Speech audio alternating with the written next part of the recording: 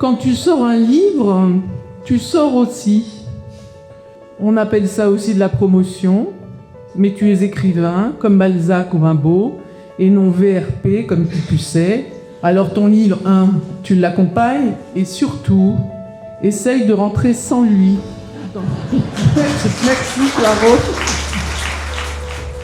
En marraine, je sais pas trop ce que c'est, mais je veux dire, je suis au moins contente d'avoir lu les bouquins des invités.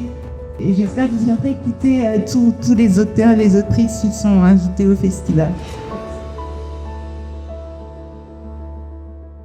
Mais je crois que si Mallory se pâmait devant mes seins, au début de notre relation, au point qu'il me semblait n'avoir plus aucun corps autour, c'est qu'il devait lui rappeler les gâteaux crémeux, fournis en quantité massive par la mère.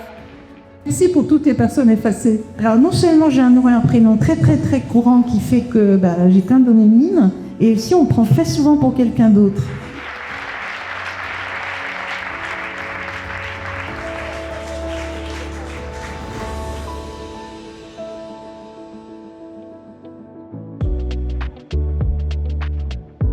Tout simplement, si vous êtes quelqu'un qui aime qu'on lui raconte des histoires, vous allez adorer cette promesse.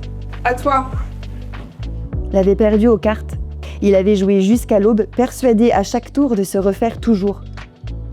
Il se retourna, cherchant quelque chose à gager, quelque chose qui lui appartenait encore, il ne trouva plus rien. Cependant, le joueur qui venait de remporter sa fortune lui demanda de miser Éléanore. Mes parents m'ont fait voir beaucoup de westerns, tout type de western, donc j'ai été pétrie de cette culture-là. J'ai joué infiniment aux cow-boys et aux Indiens. J'étais très impressionnée par la lecture et par vos commentaires. Je l'ai trouvée extrêmement intéressante parce que déjà le texte a été très très bien lu par une femme qui traite un portrait de femme. D'une certaine manière, je le redécouvre.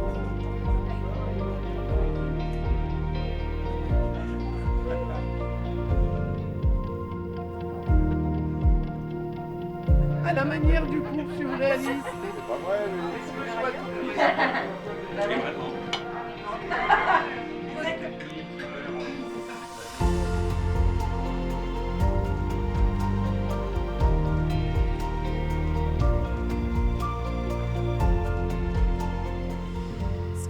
Il avait suffi que 2 cyclones, baptisés imprudemment Lothar et Martin par le Centre national des ouragans, s'abattent sur ce pays toujours prompt à se barricader pour que, brutalement, je distingue les choses et perçoive comme on perce ce que d'ordinaire elles cachent. Oui, désormais, l'arbre ne cachait plus la forêt, l'arbre était la forêt. C'est toujours étonnant, et là c'est tellement vivant, et je me dis, c'est bizarre en fait qu'on l'ait pas écrit comme ça en gueulant.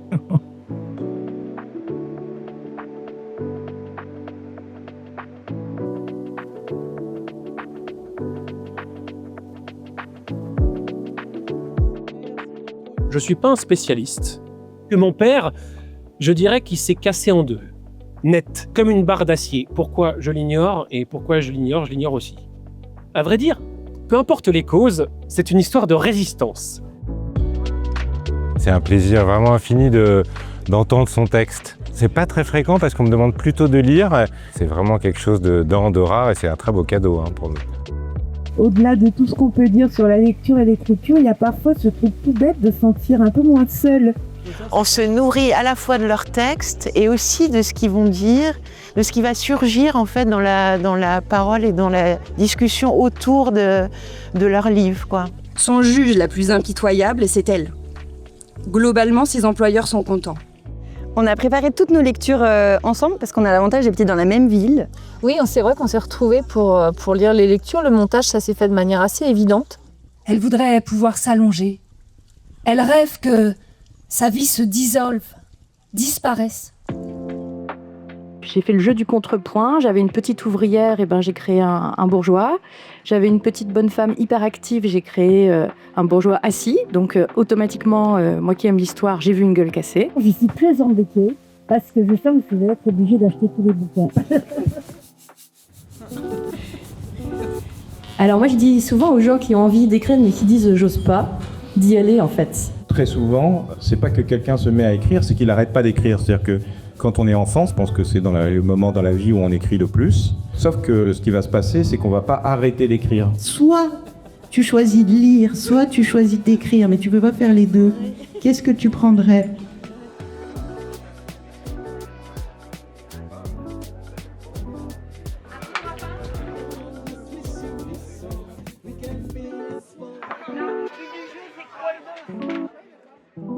La huppe pupule et l'orphelin trémule.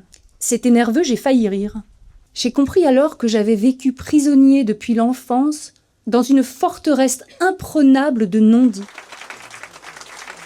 Pendant cette lecture, j'étais très ému. On pourrait penser qu'un écrivain, une fois qu'il a travaillé, il a une certaine maîtrise et il se met à l'abri des émotions. J'ai vu que non. Vous avez compris ? Tout le mois de juillet, je le passais à décharger des camions de 15 ou 20 tonnes. Je livrais le Carmel en poussant un diable, d'ailleurs, je disais. J'ai fait entrer le diable dans le Carmel.